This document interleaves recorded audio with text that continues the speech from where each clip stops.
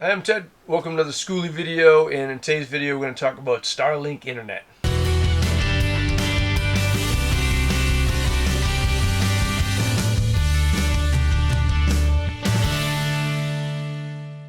So we got some, find this a challenging video to make for a couple of reasons. One is it's just been an ongoing process for about, 6 weeks or so. So sorry for being gone so long. It's been super busy. Working into, transitioning into full-time bus life, and we'll have some videos coming up about that. But in this new career, I'm going to need, or I've been needing, more reliable internet service, especially out here in the woods where we are. Just really wasn't that access. But so we need something fairly fast and reliable. So we got the RV Starlink package. And it took about 2 weeks to arrive. Although some friends of ours really liked kind of what ours was doing, so they ordered it, and it took only about a week up here in the Northeast. So that was pretty good. But it's kind of important more because I'm meeting a lot with clients online, and that in Zoom it just has to be able to keep up without the glitches. If it was just kind of surfing the web or sending emails, it wouldn't be a big deal if you had some dropouts, but those live calls really needed it to be reliable, so I'm kind of put it to the test. So in this video, I'm just going to walk through the process of everything that we did to get it, to install it, to test it, and to improve it so that it kind of got to the quality that we needed, which part of it wasn't Starlink, it was also location and how we set things up. So we first ordered it in June, and again, took 10 days, 2 weeks for it to arrive. Took it out of the box, and so let's go back in time and we'll show you the process of getting everything set up. So look, it came in the mail today. Of course, it's always a rainy day when you want to do projects. I'm going to try the Starlink RV package. Some of you who've been following the station know that I'm giving up a career in teaching, and I've taken over a career in copywriting and marketing. And so I need to meet with my clients over the internet, and so that's going to be an important part of the business model. So yeah, and any of you guys need a copywriter or marketer, just hit me up in the comments below and I'll let you know. So let's open this box, see what's in there, see how it works. We're at home today. Again, we've got about 2 more weeks here. Again, I'm not sure when this video will be released. We might already be up there in the North Woods when we actually release this video, but we'll try it at home here just to kind of test things out, and then I'll give you a further update when we're up in T2, actually it's T3 R10, I think, up there. All right, let's see what we got.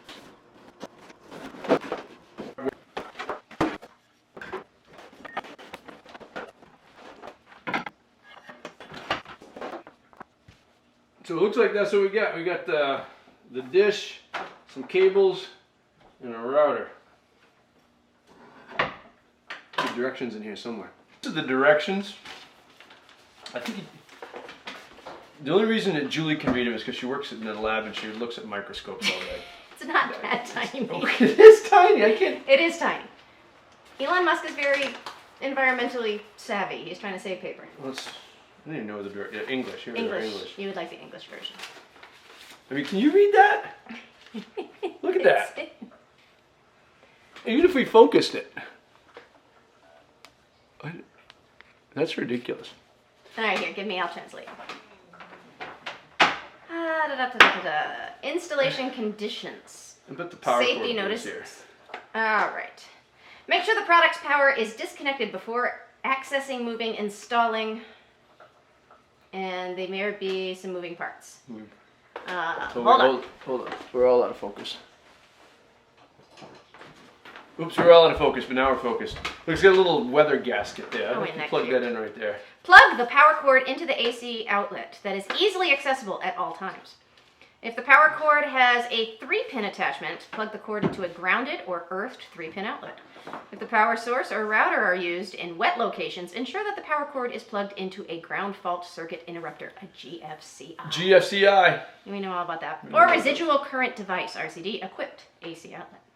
Use only the AC adapter and power cord provided.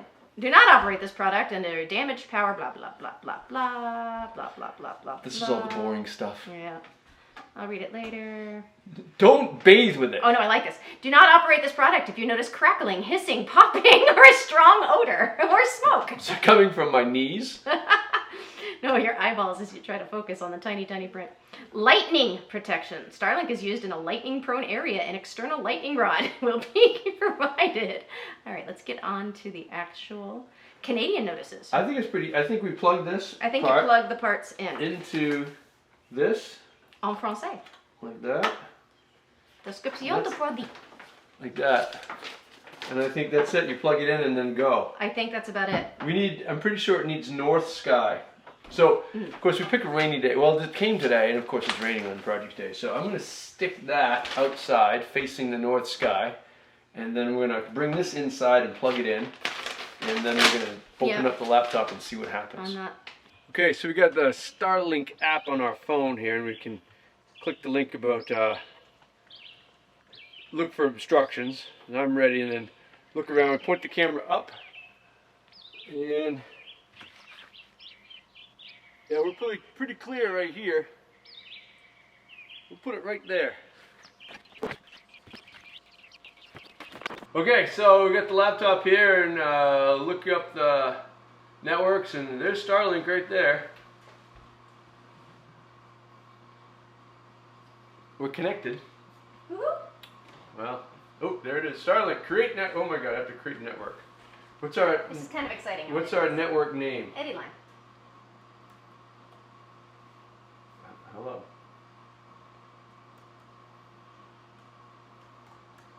Oh, no hyphen? I guess not. Okay. You're right. Ooh, a Wi-Fi password. No peeking.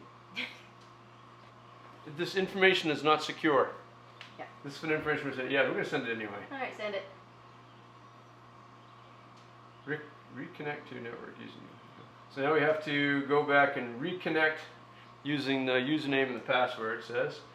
So go here. Let's go to Starlink.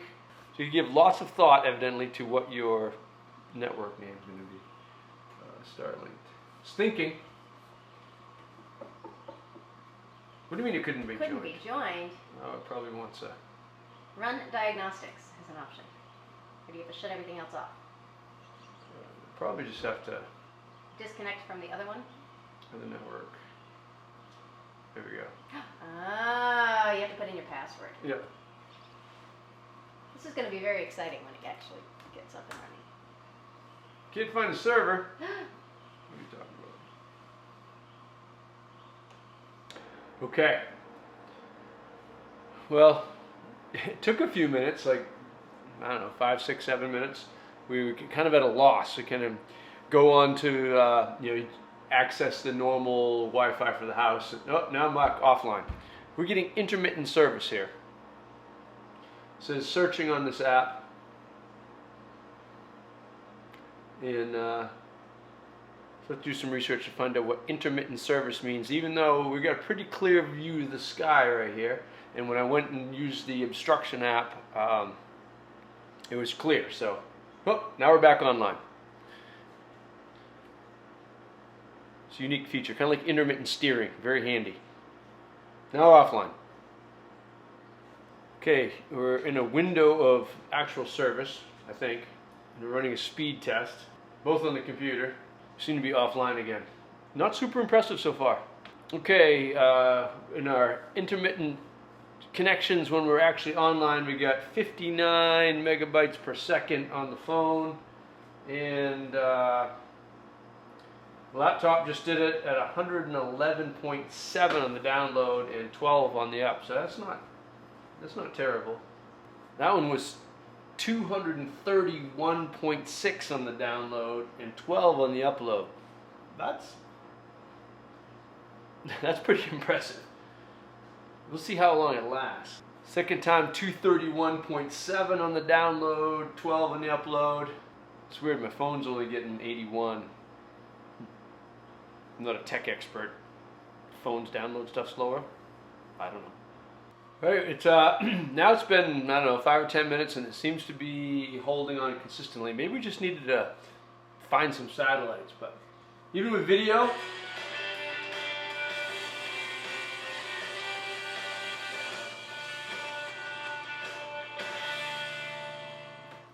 seems to be going okay. So I guess the next step is we'll get this up north into the forest and find out how it functions where we are, where we're way off grid. So we got it set up and working in southern Maine, and then had to move up here to T3R11, wherever we are up in the woods, and had to set it up here. And so went through 3 different processes, and again we'll show you the video clips. So first put on this little table outside with just a stand, and again it took 10 or 15 minutes to pick up the satellites, but it worked, although there's some tree cover, and so we had to deal with the tree cover. But it's set up on the ground, there was still a lot of tree cover. So use the Starlink app to figure out sort of the obstacles in the air.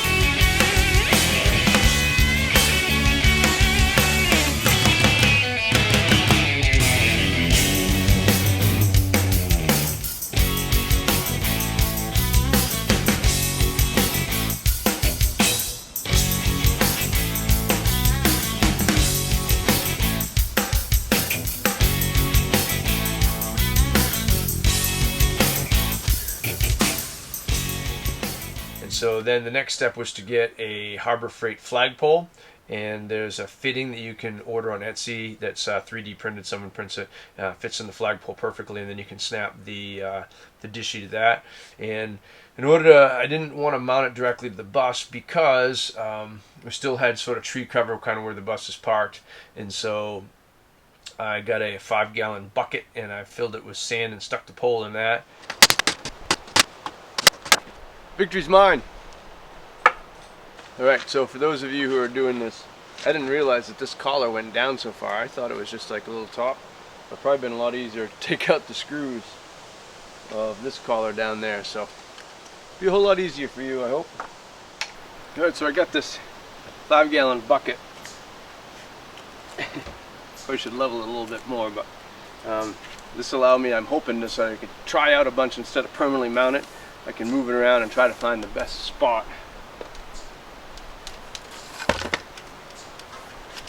I'm gonna have to level it for sure. So I got my bucket set up, and I need to make a cap or mounting thing that I ordered. Of course, that won't be here until next week, so I just wrapped a little duct tape around it to make it the right thickness.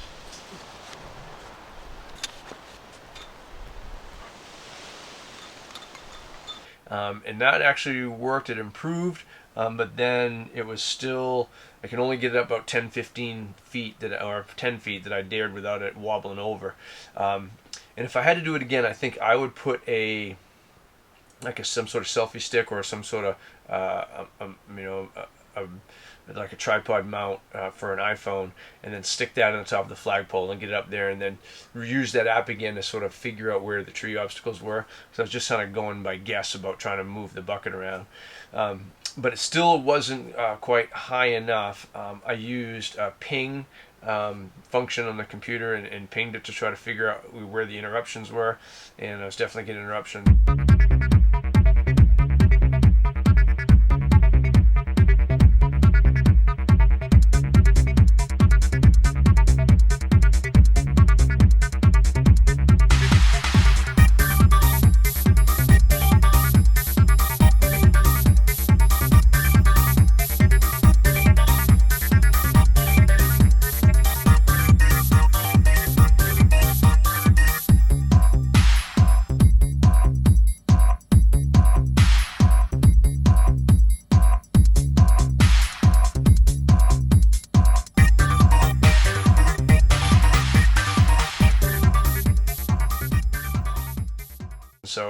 higher. So I got a trash can, filled that with sand, and I was able to get the flagpole up about 15 feet fairly stably, or it was fairly stable, and that seemed to work pretty well. And that's kind of where we are right now.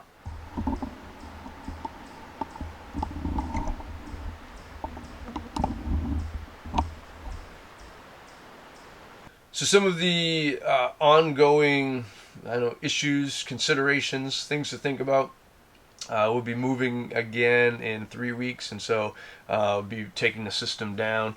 I've still decided on whether I actually mount the original bracket to this roof of the bus. I know technically you're not necessarily guaranteed service while you're zipping along the highway, although some people have said that it has worked, so that might be something to consider because it's not going to work anyway. Might as well put it on there. So that's one possibility. I'm still trying to figure out, do I have an option where I can mount the flagpole to the bus? If I'm parked in an area where it would be easier just to put it up on the bus, I think I'd probably want something that I could take it off if I needed to, or bring the trash can with us and just set it up like we have and find more gravel and fill it up. And so it may be a combination of all those moving forward, but we'll keep you posted. A couple other considerations. One is power. Obviously, well, not obviously, but it's an AC powered device, and so I put some amp clamps on it. Well, I put it on to the power coming in, and with nothing else on, it's drawing 0.17 amps, 0.17. So if you are in a position where that power draw is consideration, it'd be worth unplugging when you're not using it, knowing that it does take sometimes up to 10 or 15 minutes for it to pick up the satellites and go back into service again. So that is something to consider. But overall, I have to say I am pleased with the system. I'm able to sit in the middle of the woods and work remotely, which is fantastic.